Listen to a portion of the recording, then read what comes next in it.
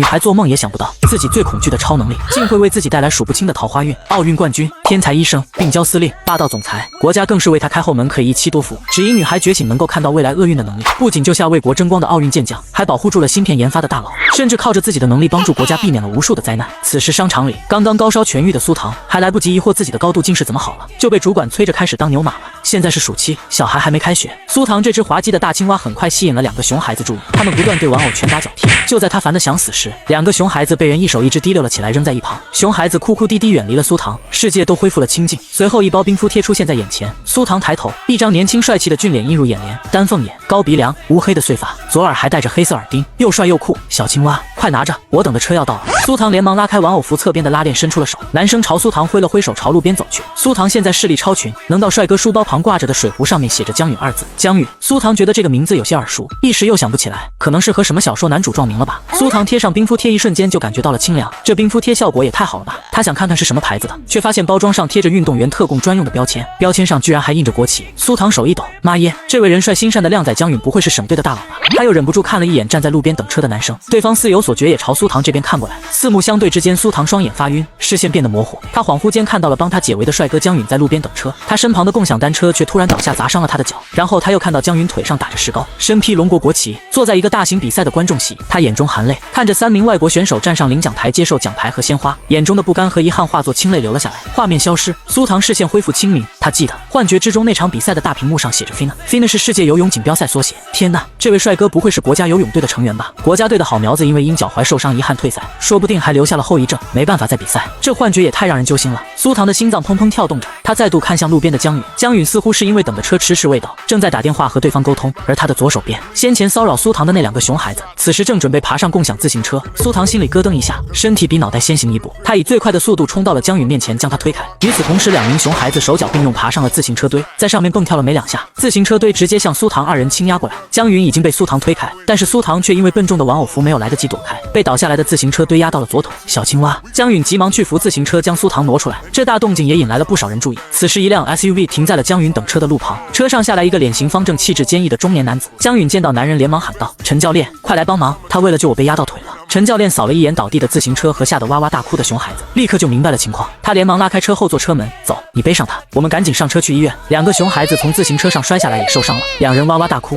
发出水烧开了一般的尖锐爆鸣。熊孩子的奶奶姗姗来迟，哎呦我的乖孙子，这是怎么了？你们怎么受伤了？他注意到另一头的苏糖和江允，怒气噌的一下上来了，你们2个做了什么？为什么要把我家仔仔从自行车上推下来？江允抱着苏糖拳头硬了，他还没有说话，就有正义的路人看不过眼了，你这人怎么当家长的？我们亲眼看见你家孩子在自行车上蹦蹦跳跳，才导致自行车倒下砸伤了这个小青蛙。你家娃之前还对小青蛙拳打脚踢的，人家大热天的出来兼职本来就不容易。熊孩子的奶奶被路人指着，不但没有道歉，反而更生气了。孩子还小，他们懂什么？你们这些做大人的看到了不会制止一下吗？他见江允抱着苏糖上了车，连忙扒拉住车门，哎，你们等等，我家孩子也要坐你们的车去医院，这件事情你们要负责。陈教练一把扯开女人扒车门的手，你还有脸来碰瓷了？你知不知道你家孩子闯出什么祸？他指着车内的江允，这小伙是我们国家游泳队新选拔出来参加世锦赛的蝶泳好苗子，还有2个月就要飞去美国参加比赛了。你知不知道男子蝶泳是我们国家的短板？现在好不容易出现一个有希望突破历史成绩的新秀，差点就被你孩子给毁了。幸好他被推开了，不然下一个蝶泳天才不知道要过多少年才能发掘出来。周围的路人一听背后还有这么一出，看熊孩子和他们家长的眼神都变了，从看无良家长的鄙视变成了看卖国贼的愤怒。天哪，有希望为国争光突破历史成绩的小伙脚差点被熊孩子砸伤耽误前途，多亏了善良的小青蛙救人。这位教练，你赶紧带着小青蛙上华金医院看看吧，我朋友是华金医院的骨科医生，我已经打电话给他了。你们一到门口就有担架将小青蛙抬去照片检查，验好伤之后，我朋友会把伤情鉴定报告提供给警方的。陈教练和江允连忙朝众人道谢，发动汽车向华金医院驶去。汽车里的小青蛙一动不动，江允心里咯噔一下，连忙将苏糖身上的玩偶服扒拉下来，颤抖着手去探他的鼻息，结果听到了一阵均匀的酣睡声，原来只是太困睡了过去。年轻就是好，倒头就睡啊！江允用纸巾给苏糖擦汗，随后重新给他额头贴上冰敷贴，或许是觉得睡得有些太舒服了。苏糖猛然睁眼，他在上班呢，怎么会突然睡得这么舒服？绝对是出大事了。见苏糖醒了，江允将他摔倒后发生的一切说给他听，你腿被单车堆压到了，我们现在开车带你去华金医院看伤啊！完蛋了，今天的工资拿不到了，张姐还会开除我。这腿伤要在床上歇多久啊？完蛋了完蛋了，我要变成穷光蛋了。苏糖扯了扯江允的衣袖，华金医院很贵的，要不我们还是去诊所吧。陈教练看到苏糖的反应，觉得心酸又好笑，这小姑娘生活估计不太容易，他乐呵呵笑着道，你放心吧，江允会对你你负责的，到时候让他把参加比赛的补贴赔给你。那不用。苏唐连忙摆手，这是他为国争光应该得的，赔给我算啥道理啊？赵氏的那2个熊孩子家属被那么多人逮着，我会让他后续赔偿医药费和误工费的。江云语气宽慰道，陈教练说的对，要是没有你，我整个事业生涯恐怕都要被毁掉了。我的奖金就是你的。苏唐转念一想，自己啥时候变得这么视金钱如粪土了？人家要把钱送上门，他这个穷光蛋还不收，这不是傻子吗？那好吧，谢谢。第一次发横财还有些不好意思，2人加了个微信好友。江允啪的一下就给他转了1万2，还备注了自愿赠与，感谢小青蛙见义勇为。苏唐睁大眼睛，这也太迅速了吧！一个蝶泳天才帅哥强势拿自己手机加了好友，还给自己打钱，这得垫多高的枕头才能做这样的梦啊！江允见他还发呆，摁着他手机屏幕点了收款，这个是国家发的参赛补贴，等我拿了好名次，后续的奖金再转给你，不许说不要，不然我会愧疚的。苏唐表情讪讪闭了嘴。车很快就到了华金医院门口，热心群众联系的骨科医生秦医生已经推着轮椅等着了，快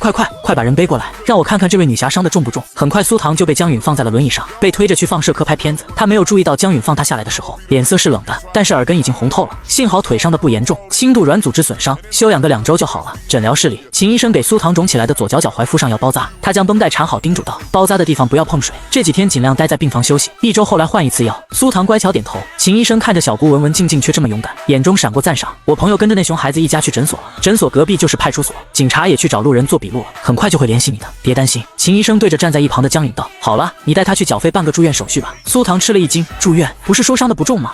先留院观察3天，做个全方位的身体检查，万一磕到脑袋了，只是现在看起来没事呢。秦医生那双藏在金丝边眼镜背后的狐狸眼使劲朝苏唐眨眼，你有没有觉得头晕？苏唐一下子就意会了，反正医药费是熊孩子的家长出，他抬手摸了一下自己的脸，正好趁这个机会检查一下自己的眼睛。办完住院手续，在病房安顿好，已经是中午12点半了。吃完午饭后，江允2人就离开了。午休后，苏唐来到眼科检查眼睛，骨科秦医生给苏唐推荐了眼科的周瑾周医生，听说他在全国眼科都排得上号。苏唐原以为王牌医生人气火爆，却发现根本不用排队。周瑾听到响动抬起头，苏唐在门口干站着干什么？进来啊！周瑾戴着口罩，露出来的眼睛看着凶得很。苏唐慢吞吞地挪动进诊室，周瑾努力让自己的声音听起来柔和些，抱歉，我是退伍军医转业，嗓门大听起来凶，你多担待。你眼睛什么症状？苏唐将自己也在心中组织了无数遍的措辞复述出来。我是1200度的高度近视，还有散光。3天前我发了一场高烧，今天早上醒来烧也退了，近视也好了。医生，我是不是发烧把神经烧坏了？这回轮到周瑾呆住了。如果是真的，那就是医学奇迹了。半晌，他找回自己的声音，不慌，先做个眼部检查吧。结果在做完一系列复杂的眼部检查后，测出苏唐眼部无任何异常，双眼视力均为5.3的。周瑾稳住自己的声音，你的眼睛没有出现任何异常，在我的认知中，全球范围内还没有出现过高度近视恢复正常视力的医学案例。如果你的视力能够稳定保持在5.3且没有倒退回去的话，你就是全球首例。他问道，今天这大半天时间内，你眼睛有没有出现视力倒退的情况？苏唐面色闪过挣扎，出现过一次短暂的视力倒退，而且视力倒退回去之后，我眼前还出现了幻觉，幻觉过后视力又恢复正常了。能说说幻觉的内容吗？苏唐摇了摇头，我记不住，要是下次再出现这种情况，我会努力记住的。不是他不诚实，是他不敢诚实，要说自己看到别人遭遇厄运的画面成真了，这多吓人啊！不知道会不会被什么神秘组织抓去调查。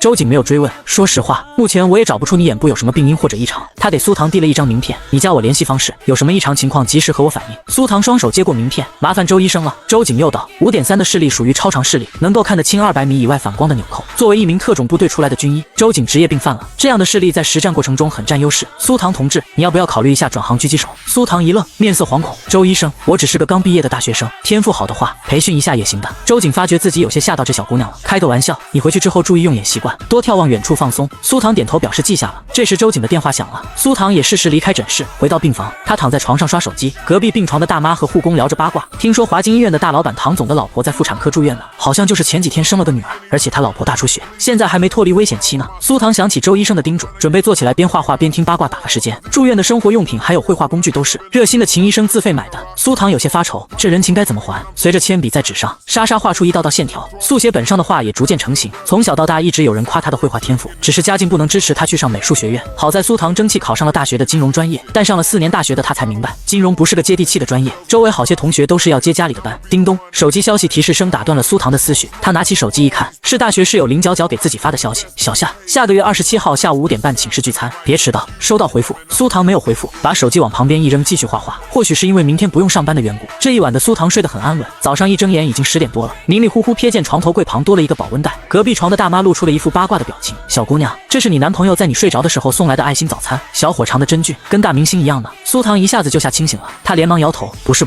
他是我同学，不是男朋友。啧，害什么羞啊？他指定对你有意思。思，来的时候蹑手蹑脚的，还给你爷辈脚呢。大妈挤眉弄眼道。苏唐有些无力招架大妈的八卦炮火。阿姨，我脑袋晕晕的，感觉是低血糖，我先吃点早餐垫垫。吃完丰盛的早餐，苏唐不想在病房多待，自己摇着轮椅准备去楼下透气。华金医院特别大，苏唐对这里地形不熟，于是便待在1楼大厅的等候区，看着医院里来来往往的人群发呆。苏唐现在的超清视力能清楚地看清每个人的面部特征，连路人脸上的小痣都看得清清楚楚。他眼中闪过迷茫，现在兼职也丢了，工作又难找，腿康复之后自己该去做什么呢？苏唐思绪乱飞。就在这时，一个戴着防晒帽、全身名牌、像阔太太的中年女人撞进了他的视线。女人手中还抱着一个婴儿，婴儿不哭不闹，眼睛眨巴眨巴，像是困了。苏唐和女人怀里的小婴儿对上视线，下一刻，他的视线再次变得模糊扭曲，眼前又出现了幻觉。他看见小婴儿被贵妇打扮的女人抱出医院之后，女人在一处公共厕所换了一身保洁阿姨的装扮出来，小婴儿也被藏在她推着的垃圾桶里上了一辆垃圾回收车。而下一个画面是小婴出现在了一处破旧的农村房屋里，他声嘶力竭的哭闹，而照顾他的妇人一脸凶恶刻薄，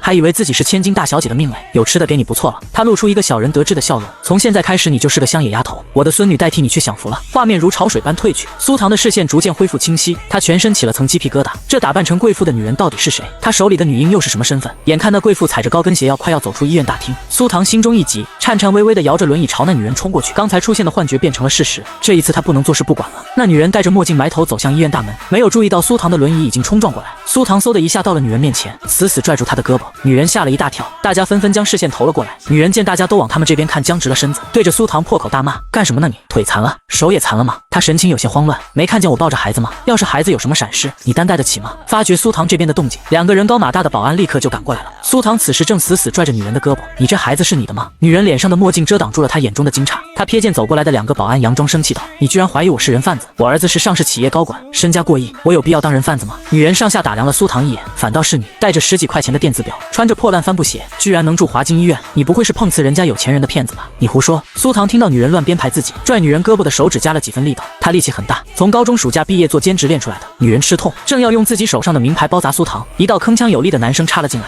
他是为了救我才受伤住的院。江允出现在医院大厅门口，他眼中含着愠怒，手里还提着给苏唐买的饭，我给他交的住院费。怎么了？女人见苏唐的朋友来了，抱着孩子的手心已经渗出一层薄汗，但嘴上依旧不依不饶。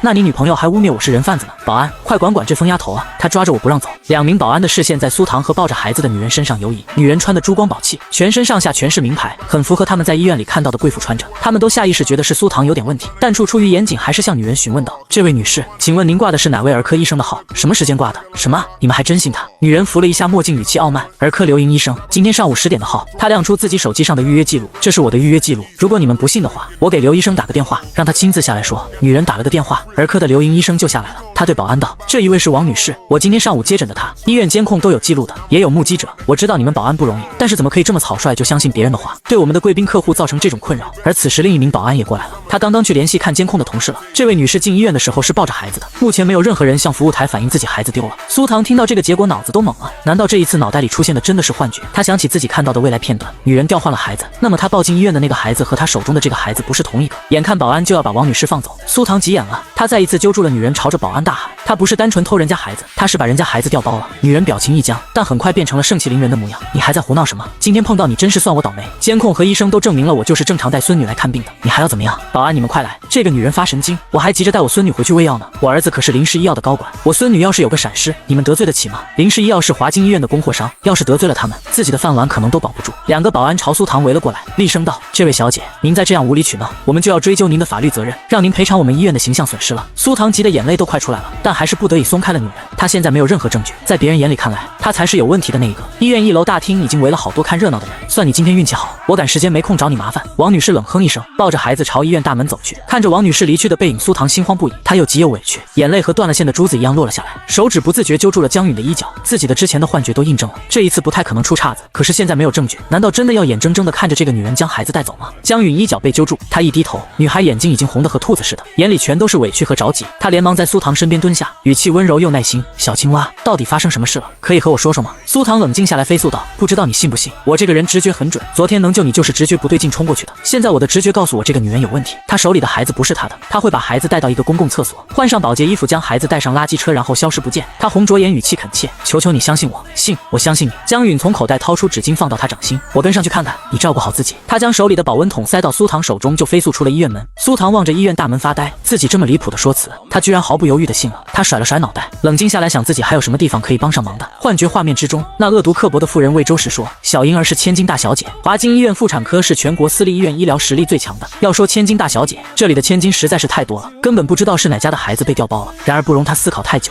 两个保安表情凶神恶煞的走到了他面前：“你是哪个病房的？”其中一人已经不由分说的抓住苏唐的轮椅：“我们送你回去休息吧。”他们担心这个女孩再闹出什么岔子来。苏唐连忙拽紧自己的轮椅扶手：“我不回去。”他从轮椅上滑下来，往地上一坐：“我说的都是真的，今天秦医生休假搬不到救兵，只能靠自己了。”围观群众纷纷摇头：“这女的也太缺德了，为男人家保安工作，就是只不过是来华金医院看个病而已，真把自己当富家大小姐了。”就在这时，喧闹的医院大厅忽然变得寂静，四个身材结实的保镖大步流星的走进来，分左右站成两排。下一刻，一个30多岁的男子在保镖和助理的簇拥下走进了医院大厅。男子面貌儒雅，穿着笔挺的白衬衫和西裤，手上戴着一块低调的铂金腕表。“张医生，我已经到医院楼下了，马上赶过来签字。”他正在打电话，眉头紧锁，神色匆匆。瞥见苏唐坐在医院大厅的地上，男人眉头皱得更紧了。这是怎么回事？保安已经出了一身冷汗，毕恭毕敬道：“唐总，这个女孩精神有问题，赖在大厅不肯走，还污蔑我们的贵宾客户是人贩子，我们已经叫护士过来要将她拉走了。”苏唐心里咯噔一下，这位唐总该不会就是华金医院的老板吧？完蛋了，现在的情况就是他在医院闹事，直接碰上大老板了。要是惹怒了这种级别的财阀，他会不会被扔到非洲去挖矿啊？苏唐唯唯诺诺抬头，和男人探究的目光撞上，他的视线再次变得模糊，幻觉又一次出现了。画面中的男人两鬓斑白，躺在病床上戴着呼吸面罩，而病床旁站着一个亭亭玉立的女孩，女孩脸上挂着人畜无害的笑容，伸手拔了男人的氧气管。男人不可置信地睁大眼睛，喉咙里艰难发出声音：“初晴，为什么？”而女孩则是蹲到他床边，语气得意又带着厌恶：“初晴，你是在叫你的女儿吗？我可不是她。”女孩把玩着自己手上精致的美甲，她出生之后就不知道被卖到哪个乡下地方去了，现在估计在大山里喂猪放牛吧。现在整个唐家都是我说了算，你就安心的去地下和你那死鬼老婆团聚吧。女孩露出一种解脱了的感觉，这些年装大孝女天天祭奠你老婆我都装累了，幸好当年张医生不留痕迹的让你老婆死在病床上，不然我还要多对着一个人演戏，装母慈女孝。男人眼睛死死的瞪着，眼里的愤怒要溢出来，但他很快就没了呼吸，到头都是死不瞑目。画面到这里就结束了，苏唐的视线又变得清晰起来，他一下子就想起了昨天隔壁病床大妈和护工说的八卦，没想到被调包的孩子居然就是这位唐总的。苏唐意识恢复，却发现自己已经被2个护士合力抬上担架，捆住手脚，而那位唐总已经向电梯走去。苏唐忙扯着嗓子道：“唐总，我有事找你，是关你老婆和你女儿初晴。”唐明谦立刻停住了脚步，他女儿还没有办出生证，初晴这个名字只有他老和他老婆2个人知道。你们等等，我和这位小姐谈一谈。他转身快步朝苏唐走过来，苏唐直接进重点：“你女儿初晴被调包了，就是被我刚刚拽住的那个女人抱走的，你赶紧派人去追，你要是不信的话，赶紧和现在在医院的那个孩子做个亲子鉴定。”唐明谦并没有像一般人那样先追问苏唐是怎么知道这些，这个女孩能知道初晴这个名字，她的话可信度不低，宁可信其有不可信其无，时间宝贵，先采取措施再说。这事要是假的，最多是浪费了点人力物力，要是真的，后果不是一般的严重。唐明谦马上拨了个电话安排调度，苏唐将江允联系方式给唐明谦：“我朋友已经去追了，请你们保证我朋友的安全。”唐明谦点了点头：“好，我会的。”苏唐感叹：“可聪明人说话就是不费劲儿，要是遇上个傻不愣登拖后腿的，一个劲的缠着自己追问到底是怎么知道的，那黄花菜都凉了。”护士也是看眼色行事，他连忙给苏唐松了绑带，将他送回到了轮椅上。围观的好事者却并没有相信苏唐，孩子被调包了，这女孩到底是怎么知道的？是不是瞎编的？为了引起唐总的注意上位啊，人家老婆还在重症监护室呢，这么做不好吧？唐明谦的助理厉声道：“请保持安静，这里是医院，不是菜市场。”围观吃瓜的路人一下子安静如鸡。这个时候，唐明谦手机忽然响了，他接通之后嗯了一声，随后挂了电话，对着苏唐嘱咐道：“我要去签字看看我夫人，我助理在这儿，你有事就找他。”苏唐心中顿时警铃大作，等会儿我有件事情要和您确认。他拿起手机在备忘录打了一行字：“张医生有问题，别签，换个可靠的医生。”苏唐打字的时候忽然想起来，如果说华金医院已经有背刺唐明谦黑心医生出现，那么之前那位儿科的刘莹医生会不会有问题？他又加了一句：“儿科刘莹也有很大嫌疑和幕后凶手串通。”唐明谦瞳孔放大，眼神中尽是诧异，这个女孩究竟是什么身份？为什么会知道这么多？还是那句话，不怕1万就怕万一。他拿起手机开始联系新的妇产科专家，同时让保镖上楼保护好他老婆的安全。唐明谦，你居然背着我女儿在外面乱搞，现在小三还找上门了。1楼电梯打开，一个打扮的珠光宝气的老太太气急败坏的从电梯里冲出来。唐明谦无奈又委屈：“妈，你不能听风就是雨啊！”白老太太正在气头上，一点也听不进去，这都闹到我面前了，你还护着这个小三。由于白老太太的加入，现场又乱成了一锅粥，骂人的骂人，劝架的劝架，保安是哪一边都不敢管。干什么？肃静！威严的声音传来。一男一女2个警察走进了医院大厅，女警十分生气，一边走进大厅一边严肃道：“别再污蔑人家小姑娘了，她很可能救了你家外孙女呢。”白老太太懵了：“我外孙女在观察室好好的呀，我刚刚下来的时候孩子还睡得香香的呢。”女警示意白老太太去看门口：“你外孙女很可能被人调包了，病房里那个不是你亲外孙女。”白老太太连忙往门口看，江允和3名黑衣保镖走进了医院大厅，其中一个保镖手里还抱着个孩子。江允走到苏唐身边：“放心吧，事情都解决了，王女士也抓住了。”黑衣保镖向唐明谦汇报情况：“唐总，我们收到您的消息之后就立马联系了这位小伙子，他说他记下了王女士的车牌号，我们联系警方那边的朋友，发现那辆车是登记在一个租车型名下的，而且他进了停车场后就没再出来。这位小伙猜测王女士应该会在公共厕所更换着装瞒天过海，所以我们便便在停车场附近的公共厕所蹲守，见一个清洁工推着垃圾箱出来，四处张望，模样十分可疑。我们冲上去将垃圾桶一掀，孩子果然在垃圾桶里。苏唐心情很复杂，他这下几乎可以肯定自己能够预见未来发生在别人身上的不幸事件。又有一位保镖举起手里用来装证物的透明袋子，里面的名牌包和衣服就是王女士在医院的那套穿着打扮。有路人忍不住问了一句：“但是那个王女士不是和儿科的刘医生是老相识吗？”话音刚落，就有2个保镖带着刘医生下来了。我们已经掌握了证据，这个刘莹医生是商业间谍。保镖将一份文件夹交给民警，刘莹脸色惨白，瞳孔里写满惊慌，她根本不知道自己是怎么暴露的。女警接过文件，让同行的男警将刘莹带上了警车。唐明谦从黑衣保镖手中接过孩子，看着孩子睡得沉沉的，心里咯噔一下，估计是被喂了安眠药。白老太太看到毛毯里裹着的孩子，心一下子就痛起来。天杀的，这些人也太狠了，竟然给一个刚出生没几天的孩子喂安眠药。医生和护士带着孩子快步离开了。白老太太担心孩子的状况，想跟着他们一起离开，只是眼下还有一件要紧事要做。她面带愧疚走到苏唐面前：“姑娘，对不起啊，老婆子，我刚才误会你了。”她褪下手上通体碧绿的翡翠镯子，套到苏唐手上：“这是我一点小小的心意，你别和我这老年人一般见识。”苏唐一惊，赶紧要将镯子吞下来：“不用了，你也是被流言误导。”白老太太霸道地将翡翠镯子压了回去：“我刚才说的那么过分，肯定让你寒心了。”她拍了拍苏唐的手：“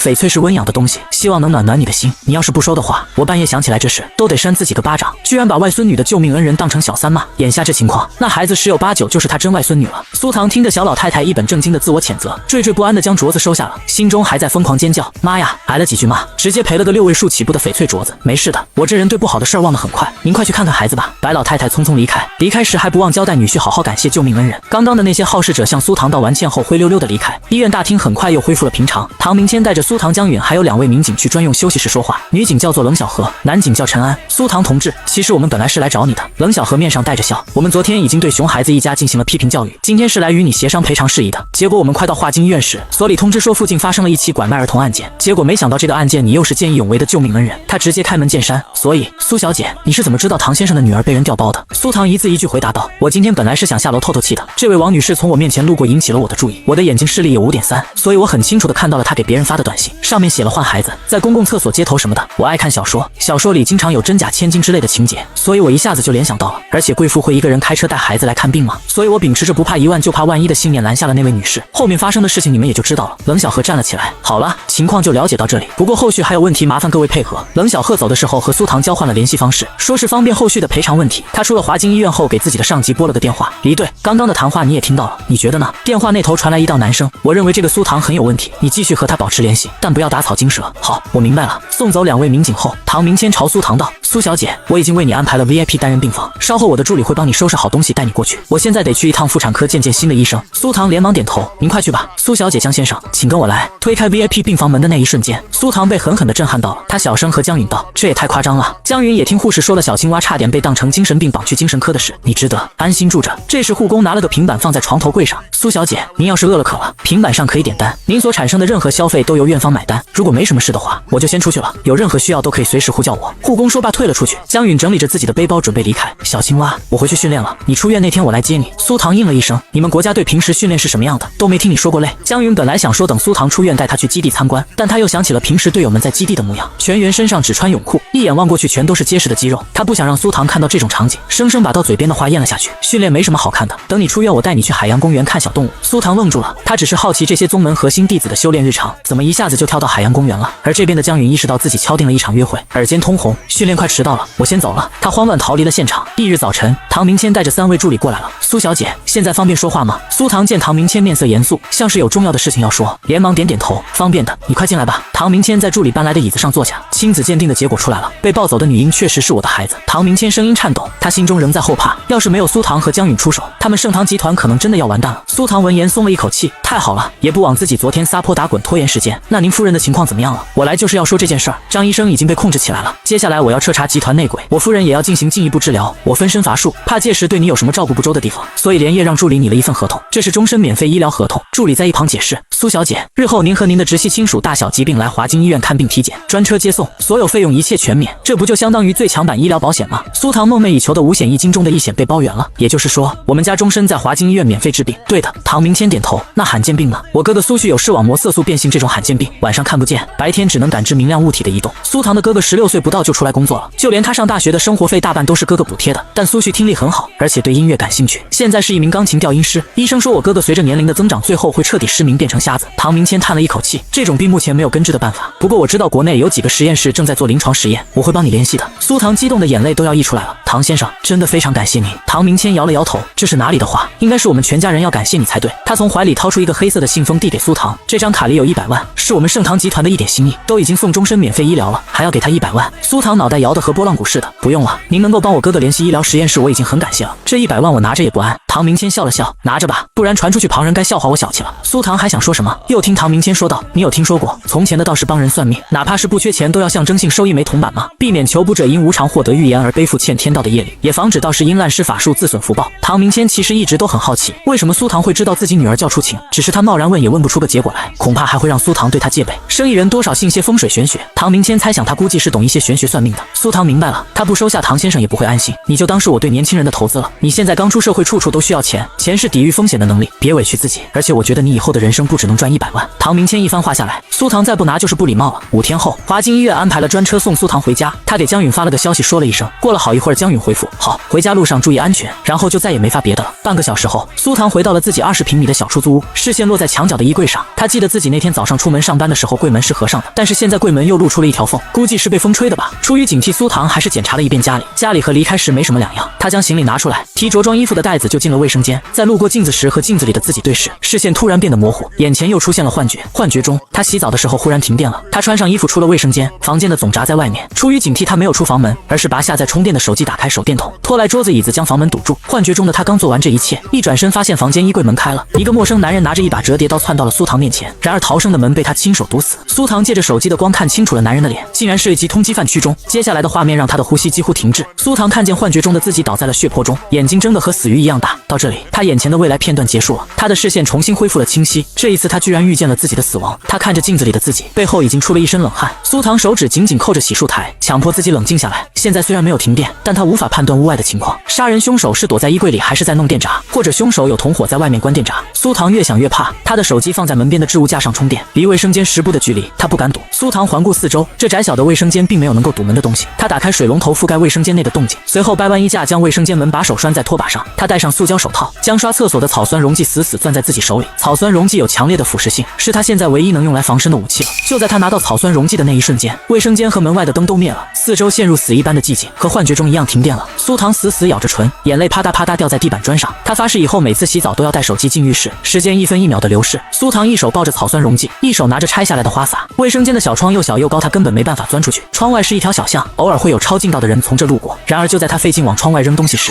苏唐清楚地听见嘎吱一声，衣柜门开了，如同一道来自地狱的催命符。他突然想起一件事，衣柜是开了一道缝的，这个通缉犯可能一直都在透过缝隙观察自己的动作，也就是说幻觉里的自己一举一动都在罪犯的监视之下。苏唐的额头渗出一层细汗，他无比庆幸自己刚才没有出去拿手机。衣柜门传来吱嘎声后，他再也没有听到任何声音。他不知道那男人是离开了还是在卫生间门口蹲着。通缉令上说这名叫做区中的罪犯有精神疾病，有严重暴力倾向。他想起来卫生间的柜子里有3个捕鼠夹，借着窗外微弱的光，苏唐胆战心惊地将捕鼠夹摆在卫生间门口。花洒的水声早已停止，但水珠仍从瓷砖上滑落，滴答滴答，像是某种倒计时。嘿，你发现我了！卫生间门外冷不丁响起道癫狂的男声。卫生间门外响起的男声吓了苏唐一跳，他蜷缩在卫生间角落，冰冷的水珠顺着脊背滑下。明明是夏末，寒意却爬满他全身。咔咔咔，螺丝刀撬动门锁的声音清晰地传来。苏唐浑身发抖，手指死死攥紧草酸溶剂。砰的一声，门锁被撬开，重重砸在地上。苏唐的心脏几乎停跳。黑暗里，一只布满血丝的眼睛贴进来，死死盯着他。就是现在，他猛地拧开草酸瓶盖，在门被完全推开的瞬间，将液体泼了出去。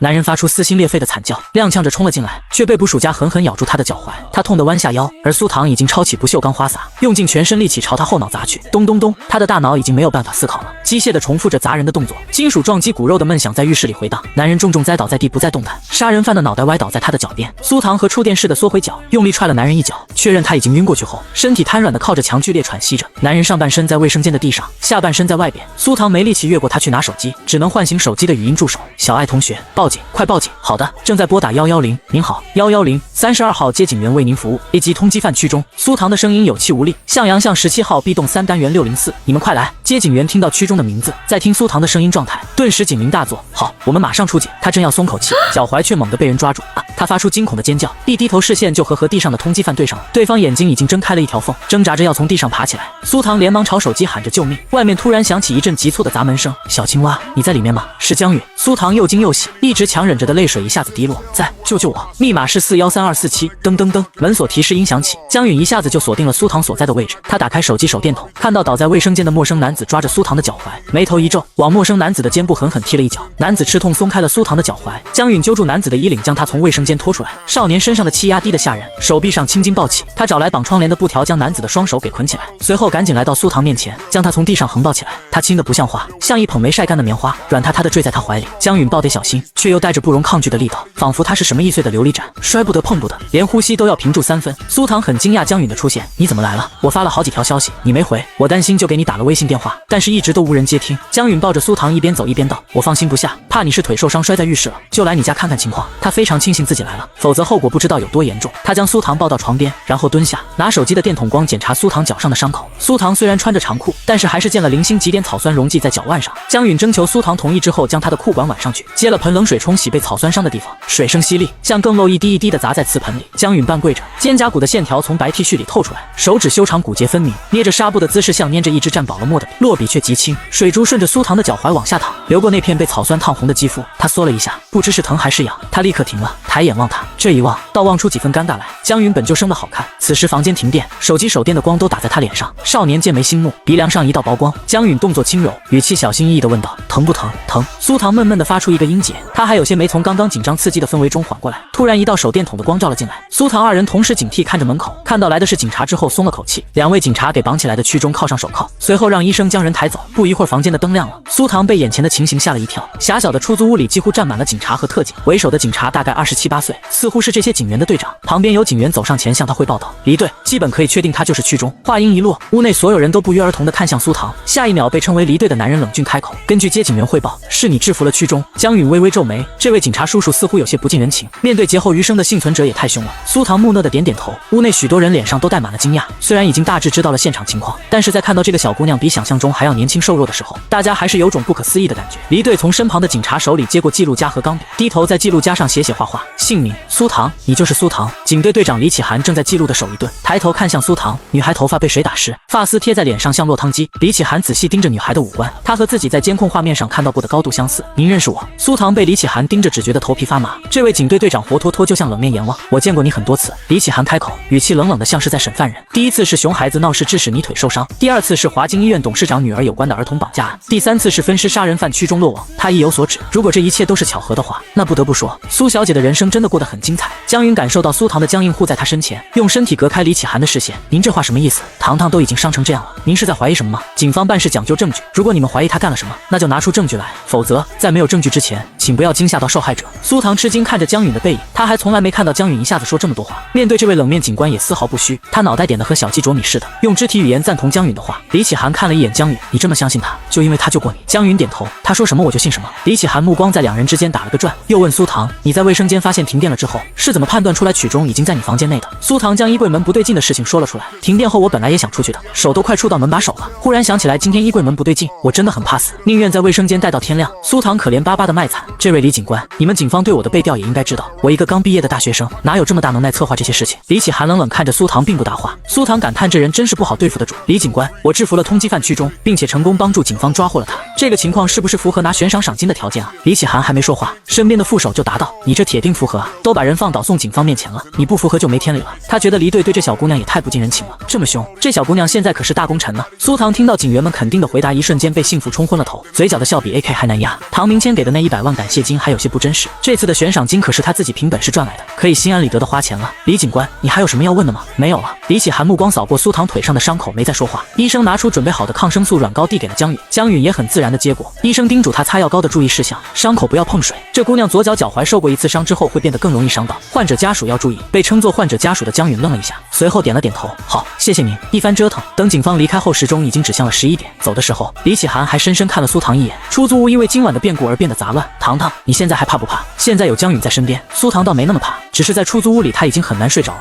他摇摇头，我还是搬家吧。这些天的遭遇让他已经不想留在这里。江允打车将苏糖送到了最近的酒店。江允，谢谢你陪我到这么晚，真是麻烦你了。你可以多麻烦我一点。江允坐上出租车和苏糖挥挥手。小青蛙，我回宿舍了，有事给我打电话。这几天你好好休息，找房的事情我帮你问问。苏糖在酒店休息了5天，左脚脚腕彻底恢复好了。糖糖，我朋友的学妹家有好几套小公寓要出租，你看看怎么样？江允发了3段视频过来。苏糖点开江允发的房屋实拍视频，决定先去约个时间看房。半个小时后，他加上了房东小姐姐的微信。江允朋友的学妹叫米薇儿，是芭蕾舞专业的，她是独生女，和苏糖同岁，家境不算大富大贵，但也有5、6套房收租，爸妈宠爱，吃穿不愁，生活过得很是滋润。下午4点，苏糖到达秋叶公寓大门口。糖糖，你是苏糖对吧？穿着白色长裙，戴着珍珠耳环的女孩身材高挑，个子有1.7米往上了。她画着精致的妆容，踩着高跟鞋朝苏糖走过来，看起来像是等会儿要出门参加什么活动。走吧，我带你看看。米薇儿拉着苏糖的手给她带路。我家公寓最大的优点就是隔音好。她笑着对苏糖道，其实你也可以自带被褥，挨个在我家出租的这3间公寓里住几天体验一下。我把密码发你手机上了，朋友的朋友也是朋友。米薇儿摸了摸苏糖的脑袋，她一见这姑娘就觉得非常合眼缘，而且这姑娘文静又礼貌，一双清亮的杏眼特别好看，让人忍不住心生好感。苏糖对上米薇儿那双明媚的笑眼，也知道对方是在照顾自己，心头一暖，正要道谢，忽然眼前的一切变得模糊起来。苏糖刚暖起来的心一瞬间如坠冰窖，她脑海里出现了关于米薇儿的幻觉。画面中，米薇儿来到华彩大酒店的一个房间，房间门口写着段乐绝剧组选角场地，走廊上还有许多漂亮的女生在等待示警。她看见米薇儿和一个粉衣女孩相谈甚欢，下一幕却是粉衣女孩哭着来找米薇儿。随后两人来到一家轻食餐厅，粉衣女孩一边接电话一边和米薇儿说了句话，米薇儿起身离开。随后米薇儿又出现在了一个类似于赌场的牌桌前，她化着浓妆，对着镜头僵硬假笑，镜头没拍到的地方，她的手指甲盖已经血肉模糊。幻觉的最后一幕，一对头发白了的夫妇哭得肝肠寸断，他们手里握着一台挂着小熊吊坠的手机，声音已经哭到嘶哑。微微，你快回来吧，你选上电视剧女4号了。幻觉画面推进，他们张贴的寻人启事照片上正是笑得灿烂的米薇儿。幻觉消失，苏糖的视线逐渐恢复清明。米薇儿伸出手在苏糖面前晃了晃，糖糖，怎么啦？我有些自来熟，是不是吓到你了？苏糖被幻觉的一幕幕刺激到，在看到眼前米薇儿时有种想流泪的冲动。没事，你真好。他努力憋住眼眶里打转的泪水，有种像姐姐一样照顾人的感觉。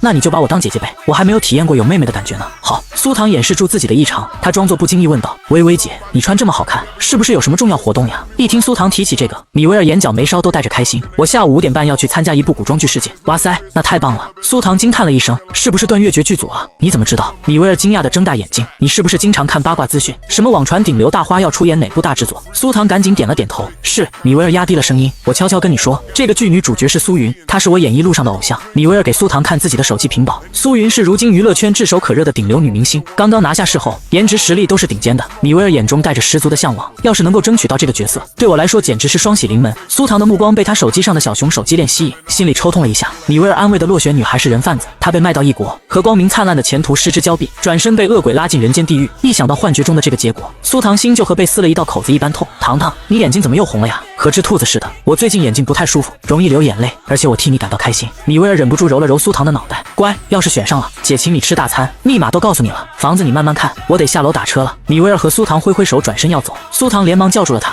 微微姐，你记得不要和陌生人说话，哪怕是对同性也要心怀戒备，不要喝离开你视线的饮料。米薇儿无奈失笑，知道了，我又不是小孩子。随后迈着轻快的步子离开了。苏糖心情沉重，看着米薇儿远去的背影，她手指握成拳做了一个决定。下午5点25分，华彩大酒店，米薇儿跟着指示牌走到了一间大会议室前，将演员资料提交给选角助理，领到试镜顺序号码后来到走廊上等待。你好，请问你带了眉笔吗？米薇儿抬头看见了一个粉衣女孩正在满含期待地看着她。我带了，我找一下吧。粉衣女孩长得很好看，眼睛大大的，脸上带着甜甜的笑容。谢谢。她注意到米薇儿的手机屏保，你是苏云的粉丝吗？我也是，我们是同单。在这么紧张的场合，米薇儿找到个志趣相投的人聊天，心中的紧张感被分散了不少。我们等会试镜完去吃饭吧，我知道有一家轻食餐厅挺好吃的。徐素灵动的大眼睛忽闪忽闪，看起来清澈又无辜。米薇儿欣然答应。时间很快过去，轮到米薇儿进会议室，或许是因为对偶像的渴望，米薇儿这一次发挥得很好。她出来后，徐素对她说道：微微，我还要排挺久的队呢，你要不去酒店花园等我吧，那里有座位，还可以点咖啡。好。米薇儿来到酒店1楼的花园，等了许久后，徐素来了，她眼睛红红的，脸颊上全是泪痕。米薇儿连忙站起来问：素素，怎么哭了呀？微微，我不知道是哪里得罪导演了，我进去表演练台词，才说了不到5句台词，导演突然让我滚出去。徐素的眼泪像断了线的珠子，米薇儿连忙安慰她：没事，已经结束的事情咱们就不想这么多了。徐素感觉到自己口袋里的手机震动了一下，她擦干眼泪，吸了吸鼻子，对着米薇儿说道：微微，你说的对，过去去的事情咱们就不想了。徐素脸上扬起一个坚强乐观的笑。事已至此，先吃饭吧。米威尔点了点头，行，咱们先吃饭。天大地大，吃饭最大，我们走吧。两人亲密地挽着胳膊往花园后门走去。过了一会儿，一个白色人影从花园长廊的转角走出来，跟了上去。这人影正是苏唐，他戴着口罩，穿着一件很大众的白色 T 恤，混进人群很容易找不到的那种。他来到华彩大酒店之后，便暗中观察着米威尔和徐素。他发现米威尔试镜结束下楼后，徐素根本没去试镜，他去了消防通道，拿手机发了几条消息后往眼睛里喷了东西，随后捂着脸下楼去花园了。苏唐猜测徐素应该是将确定好的目标米威尔发送给他的同伙，并且安排车辆，策划后续的事情。花园后门正对着一条窄马路，苏唐来到门口时，两人已经不见了，而一辆黑色的车消失在马路远处。这时苏唐的超轻视力发挥了作用，他看清楚了那辆车的车型和车牌号，也看清了驾驶座车窗伸出的手，像是中年男人的手，而且无名指戴着一只金戒指。苏唐记下车牌号后，给冷小河警官发了条消息，说明这件事的前因后果。冷小河并没有立刻回复。苏唐退出微信，搜索了距离这里7公里以内的轻食餐厅，确定了一家在幻觉里看到的装修一样的网红餐厅后，他快步跑去，丝毫没有注意一辆亮着空车车牌的出租车路过他。米威尔和徐素来到这家餐厅，点完菜便开始聊天，而与此同时，苏唐也到达了青鸟轻食餐厅，他找了个隐蔽坐下。这时徐素接了个电话，他挂了电话后难为情地对着米威尔说道：微微，我今晚还有个活动要素颜面试，我没带卸妆膏，叫了个闪送，现在闪送小哥到了，你能帮我去拿一下吗？举手之劳而已。米威尔善解人意的点点头。苏唐见米威尔起身出去，死死盯着徐素。女士，您点的沙拉好了。这时一名服务生端着菜挡住了苏唐的视线。苏唐仰头对上服务生一双吊梢眼，您有需要随时叫我。好的，谢谢。苏唐回以一个礼貌的微笑，最后拿起刀叉象征性的吃几口东西，但是眼睛的余光一直在徐素那边，到底是哪里出了问题？刚刚服务生挡的那一下，徐素是不是趁机下药了？服务生是不是也有问题？高度紧张之下，苏唐感觉自己整个人都要疯掉了。这时米威尔已经拿着一盒卸妆膏回来了。素素，给你，赶紧去卸妆吧。徐素拆开卸妆膏包装，哇塞，这个味道好好闻啊！他将卸妆膏放到米威尔面前，微微，你闻闻看。米威尔也好奇地嗅了嗅，真的哎，这个味道好香。他忍不住多嗅了几口，这么喜欢这个味道，我等会儿把链接发给你。徐素笑了笑，将卸妆膏的盖子留给米威尔去洗手间卸妆了。苏唐盯着米威尔闻卸妆膏的动作，那卸妆膏香味绝对有问题，对方准备的真是周全。苏唐心里慌慌的，他已经录下了粉衣女孩在消防通道的视频，足以证明他在说谎了。他敏锐地观察到米威尔的眼神开始涣散，他的身体微微摇晃，像喝醉了一样，必须行动了。苏唐深吸一口气，打开微信，给冷小河发起了实时位置共享，随即摘下口罩，装作刚发现米威尔的样子，走向那桌。微微姐，真巧啊！米威尔眼神迷离，糖糖，你怎么来了？我刚好路过看到你。苏唐握紧米威尔发烫的手，微微姐，我在其中一套公寓参观的时候，发现一件奇怪的事，我好害怕，你赶紧和我回去看看吧。可是素素还在卸妆，我和她说一声吧。米威尔的声音有气无力。苏唐心急如焚，微微姐，这个素素在骗你，她根本没参加试镜，我在华彩大酒店做保洁兼职，我看到这个女生根本没去试镜。已经晕晕乎乎的米威尔听清楚了苏唐说的第一句话，糖糖，回家。他也意识到了自己状态不对劲，对危险的本能让他抱住苏唐。好，我们回家。苏唐扶着米威尔起来，一转身就看到徐素朝他们走过来。徐素眯着眼睛，语气变得凶起来，你是谁？要带我朋友去哪？苏唐和他对视，感到一阵寒意爬上脊背。我是他朋友，是来带他回家的。餐厅里的几个服务员停下了手中的工作，目光齐刷刷地投向他们。苏唐的喉咙发紧，他不知道是这些服务员都有问题，还是自己被当成人贩子了。微微姐，我们走吧。苏唐用力拉起已经半昏迷的米威尔，几乎是拖着他向门口移动。徐素显然已经注意到了不少人在看他们这边，咬了咬唇，你送微微回家之后，记得让她发个消息给我报平安。推开餐厅门的瞬间，苏唐几乎要瘫软在地，但他知道还没脱离危险。米威尔的身体越来越沉，意识明显模糊不清。出租车，苏唐向路过的空车拼命挥手，一辆黄色出租车停在他面前，他费力地把米威尔塞进后座，同时出于警惕，他不忘看了一眼车牌号，去第3医院。他急促地对司机说。车子启动后，苏唐才稍微松了口气，他转向米威尔，轻轻拍打他的脸颊，微微姐，能听到我说话吗？米威尔的眼皮沉重地眨动着，嘴里含糊不清地嘟囔着什么。苏唐从包里掏出湿巾擦拭米威尔滚烫的额头，心里既愤怒又害怕，那女人到底给米威尔下了什么药？就在这时，苏唐的眼睛被来前排的反光闪了一下，他侧目看过去，见司机左手无名指上戴着一枚金戒指，在车内昏暗的灯光下泛着冷冷的光泽。苏唐的呼吸几乎要停滞了，老天爷啊，这简直就是刚出虎穴又入狼窝。司机沉默无声，出租车的车速很快，苏唐假装没有发现异常，手指颤抖地将自己上车时看到的车牌号发给冷小河，又赶紧打了救命2个字发出去。不知为何，自从视力恢复之后，他肉眼看到的每一帧画面都记得特别清楚。发完消息，苏唐一抬头，发现司机正通过后视镜看他。后视镜里，司机那双眼睛冷得像冰，没有一丝温度地审视着苏唐，像在审视一件物品。苏唐害怕地吞了一下口水，他低头飞快瞥了一眼自己的屏幕，发现发出去的2条消息变成了感叹号，脸色顿时变得煞白。他的手机没信号了，这辆车上不会装了信号屏蔽器吧？他想摁下车窗朝路人呼救，但是窗户按钮毫无反应。苏唐紧张地咽了一下口水，师傅，车里有些闷，你能开一下窗吗？司机闻言冷笑，你最好安静在车里待着，这样能少吃些苦头。苏唐见司机已经看破了他，你是怎么知道的？你在餐厅盯着别人，还不知道自己也已经成了猎物吧？司机语气有些癫狂，本来只是一个，现在你送上门来真是赚翻了。服务生果然也有问题。苏唐心沉下去，出租车速度越来越快，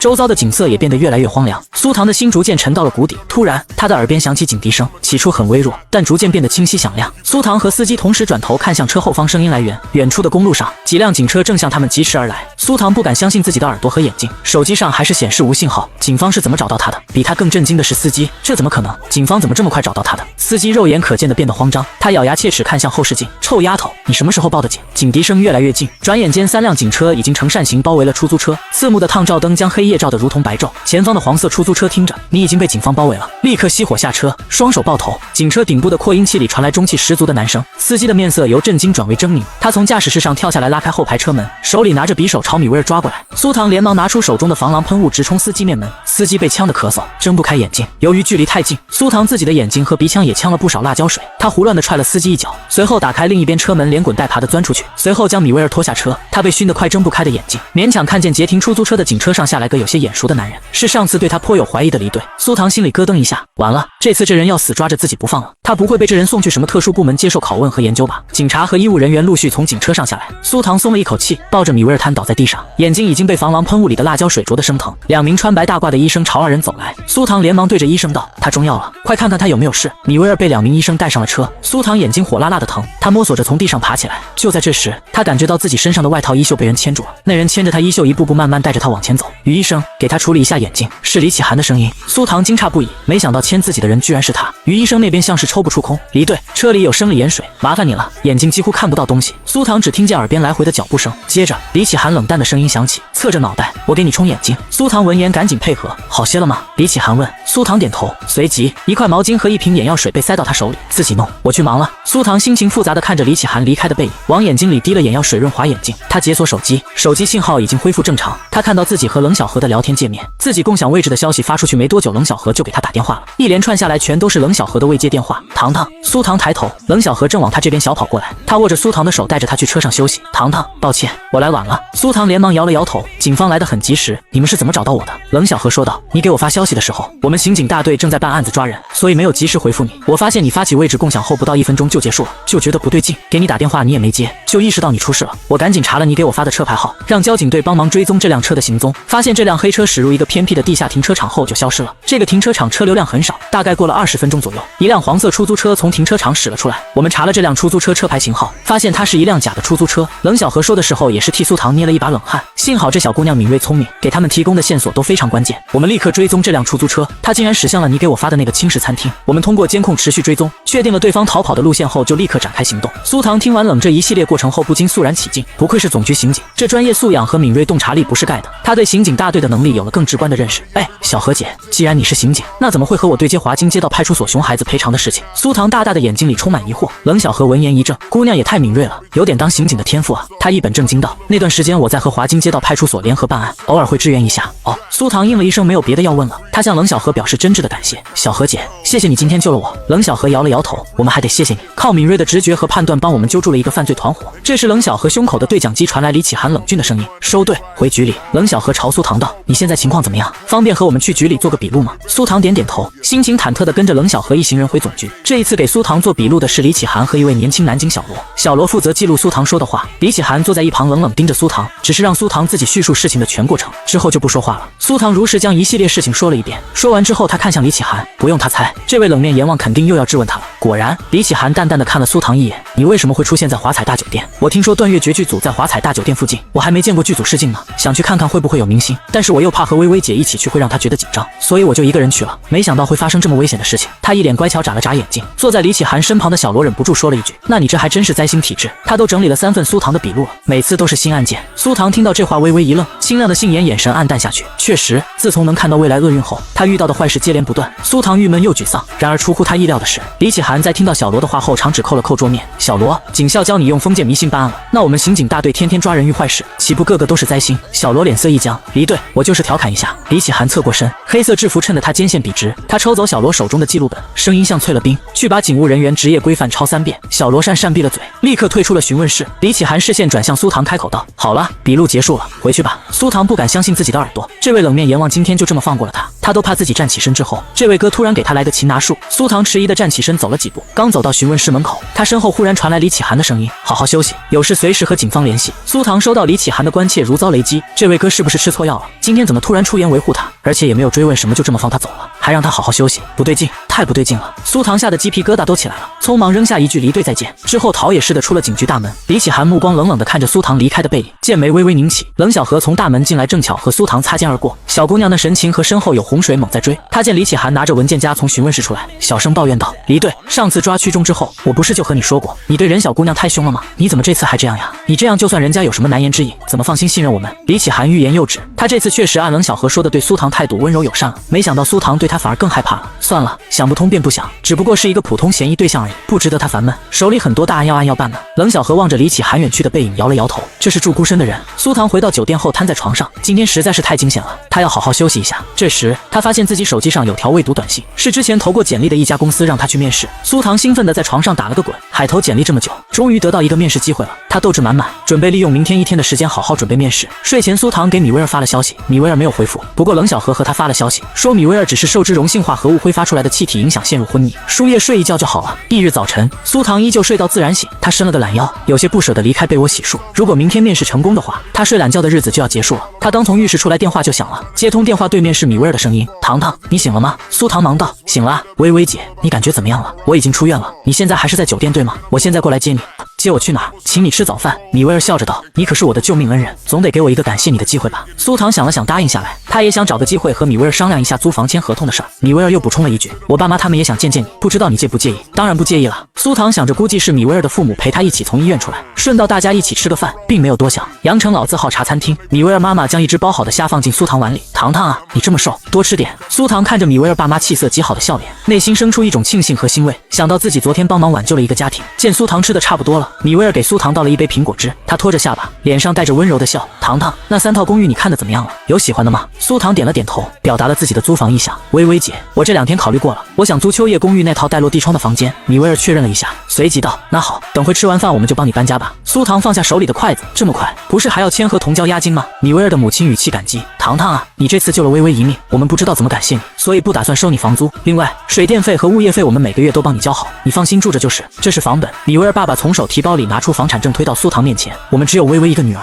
这次要不是你，我们这个家恐怕就要碎掉了。”警方今天早上来给米威尔做笔录的时候说，昨天晚上的犯罪团伙是专门将人拐卖到国外诈骗园区的。米威尔的爸妈一阵后怕，他们这么宝贝的女儿差点让这些犯罪分子给毁了。我们想到你一个小姑娘没有安身之所，这套公寓就当做谢礼送给你。你今天有空的话，我们今天就去办过户。苏唐看着桌上鲜红的房产证小本，本人已经傻掉了。他最近横财发的真有些多，当然遇到的横祸也不少。不，他赶紧将房产证推回去。米威尔的父母做的是零售生意，虽然吃穿不愁，但也不是像唐明谦那样大富大贵。米威尔以后想要在影视圈继续混，家里肯定还要支持不少。叔叔阿姨，这个我可不能收，你们也不用给我免房租、交水电费啥的，太破费了。他脸上带着些难为情，你们要是这样，那我还是找别的房子吧。米威尔爸爸把房本塞到苏唐怀里，你这孩子和我们客气什么呢？我们只有米威尔一个女儿，给救命恩人送一套房子不过分。米威尔妈妈语气竟显霸总霸道风采，别说不住了，我们已经把搬家公司叫到你家楼下了，他们已经在等了，咱今天就搬。一番拉扯之下，苏唐总算是劝米威尔爸妈收回了房本，但也被米威尔爸妈软磨硬泡签下了一份特殊的租房合同，房租、水电、物业全免入住。拿着合同，苏唐脑袋已经晕乎了，这就是唐明谦那天说的一因还一果吗？自己救人身陷危险，但同时也得到了免房租的报答。一想到自己之后都不用为了房租、水电发愁了，苏唐觉得身上的担子轻了不少。秋叶公寓有米威尔一家的帮忙，苏唐很快就把东西搬完了。这个房间的视野朝向很好，能够看到城市的落日黄昏，这样宁静的时光让苏唐觉得很幸福。他觉得自己的生活已经在往好的方向发展。第2日下午，苏唐来到瀚海基金公司面试，结果没想到张总下午就要求他试岗，好不容易结束了半天的工作，张总又要他晚上陪自己去酒局。苏唐当时就觉得不对劲了，工资3000块，还有当助理又陪酒，这猪头在想什么美事呢？他拿起桌上的茶水泼在张总脸上：“去死吧你！老娘账户100万，还有30万没到，在这受气。”张修杰被淋成落汤鸡，震惊又愤怒，得罪我你以后别想在金融行业混了。呵，一句话就让我在金融行业混不下去，你以为自己是谁啊？我去物流仓库干装卸都比你们这儿好。苏唐翻了个白眼，朝他比了个中指，大步流星的出了公司，兜里有钱果然就是有底气。他脑子里还在回味刚才张总恼羞成怒的表情，一不留神在红绿灯口和人撞上了。苏唐心里咯噔一下，你没事吧？大叔摇着头，他看起来50多岁，西装革履，戴着一副银边眼镜，腋下夹着公文包。大叔第一反应是低头查看自己手里的包装盒，见里面的饭菜安然无恙，松了口气。小姑娘，不好意思啊，我着急回家看我老伴，没注意撞到人了。苏唐猝不及防和大叔对视，眼神一瞬间失去了焦距，他的视野再次变得模糊。幻觉画面中，天黑黝黝的，路灯只开了零星几盏，大叔从计程车上下来之后，走到了一条黑暗的小巷，巷子里忽然窜出3个手持折叠刀的小混混，拦住了他的去路。他们二话不说就去抢大叔手里的公文包，混乱之中，大叔被折叠刀砸到，鲜血喷涌而出。3名小混混拿着公文包就跑了，留下大叔倒在血泊之中，手里给妻子带的饭菜也早被打翻。画面的最后，大叔的遗照出现在了电视新闻上。我国芯片领军人物任文轩教授于3天前回家遭遇抢劫，不幸身亡。任教授的离世让我国芯片领域研究进程遭受重创，预计经济损失达千亿，无法挽回。任教授的妻子听到噩耗后突发心脏病，于今日凌晨离世。新闻接下来的内容公布了那3名小混混的身份，他们都不满18岁。3人洗劫了公文包里的钱财后，就将包扔进了河里，文档内的 U 盘和资料消失在了河水中。这起抢劫案震惊全国，之后鲜少有人再踏足铁关岛。铁关岛从一座正在开发的潜力岛屿变成了落后荒岛。苏唐的幻觉画面到这里就消失了。小姑娘，你没事吧？你是不是哪里不舒服？苏唐看着眼前任教授关心的表情，摇了摇头。他不知道该怎么阻止任教授回铁关岛。任文轩点点头，那我先走了，我赶时间。苏唐连忙跟上去。自从上次苏唐带着米威尔手中死里逃生后，冷小河给他留过一个阳城市公安总局专线组的电话，一直有人在线。苏唐手指颤抖的拨通，任教授已经上了一辆出租车，他连忙挥手拦车，师傅，跟上前面那辆出租车，市区有通往铁关岛的快捷高速。苏唐也不知道任文轩具体会在哪个地点下车，只能先让师傅跟车。他戴上蓝牙耳机，耳机里一直传来呼叫的嘟声。等苏唐系好安全带后，电话接通了。喂，这里是专项组特线，是李启涵的声音。苏唐心里凉飕飕的，这次情况紧急，他已经没有多余的时间找借口思考了。是关国运，豁出去了。他将车窗打开一点，车外的风声呼呼作响。离队，我要报警。铁关岛有3个小混混要抢劫芯片研究专家任文轩。李启涵声音带上了几分急促。什么时候？就是任教授打车到铁关岛下车后步行回家的路上。苏唐挑重点讲，这些小混混都是未成年，身上带着刀，你们快点派人保护任教授吧。李启涵沉声道。任教授现在在哪？在去铁关岛的出租车上，我在他后面一辆出租车上正跟着他。李启涵那头微顿。苏唐，有个问题一直想问很久了，你是怎么知道这一切的？果然还是来了。苏唐强迫自己冷静下来解释，长话短说，不管你信不信，我的眼睛能够预知别人遭遇厄运的画面。苏唐冷汗顺着脊背爬下。李启涵，求求你相信我，如果是假的，我愿意承担一切责任。我信你一回，我这就去联系铁关岛警务站。不过今晚这件事情结束之后，你得如实将最近发生的一切和我说明。李启涵语气冷淡，随后他立刻给上级打了电话，请求上级调派铁关岛警务站的警力去保护任教授，同时排查这3名小混混。然而总局指挥却质疑。李启涵同志，消息来源可靠吗？总局总指挥顾一峰持怀疑态度。李启涵沉声道，是我一个线人提供的情报，为了保护线人隐私，我现在还不能透露内情，如果出了什么纰漏，我愿意承担一切责任。李同志，既然你顶着这么大的风险让我调人，我也没有理由不答应你了。顾一峰那头终于松口，我现在就通知铁关岛警务站派人去接应任教授。李启涵追加了一句，我的线人知道任文轩教授的实时位置，请您通知铁关岛警务站务必保护好我的线人。我现在将他的联系方式发过去。按理说任文轩这样的人物身边应该配保镖的，但是任教授不喜欢有人跟在身边，而且他认为铁关岛是自己的家乡，铁关岛的岛民都是他的家人，回家并不会什么问题。铁关岛上大到学校，小到岛上的一块井盖都有任文轩的资助，这是一个伟大而博爱的教授。青年时被岛民们1毛钱1毛钱凑出学费托举他去首都上大学，而他衣锦还乡时也尽自己的全力让全岛人都过上好日子。很快就要上岛了，苏唐手心里都是汗。此时他电话响了，是个同城陌生号码。线人同志你好，我是铁关岛警务站站长韩瑞，你现在到哪儿了？已经上桥了。韩站长，那3个小混混你们找到了吗？对面的韩瑞语气凝重，因为铁关岛最近到处都在施工，监控设备和路灯设施还不完善，我们还没有找到你说的那3个小孩。任教授的手机也关机了，我们联系不上。他语气郑重，所以你现在是我们唯一的线索了，我们现在马上派警力出动去找你，你一定要想办法拖住任教授啊。苏唐刚挂了电话，就听到司机师傅说，小姑娘，前面那辆车好像是要停下来了，我们是和他保持车距，还是挨着他停车？苏唐摸了一把脸上的冷汗，他听我们就停下来，不管怎么说，先把人给拖住了。等警察赶到护送任教授回家，5分钟后，载着任教授的出租车停了下来。任文轩刚要打开车门，又被司机叫住，后面有一辆出租车一直跟着我们，是不是坏人啊？要不你先别下车。任文轩往后一看，果真有一辆出租车就停在他们尾巴后面。他抱紧了怀里的公文包，看到苏唐从车上下来的那一刻，任教授睁大眼睛，这位小姐，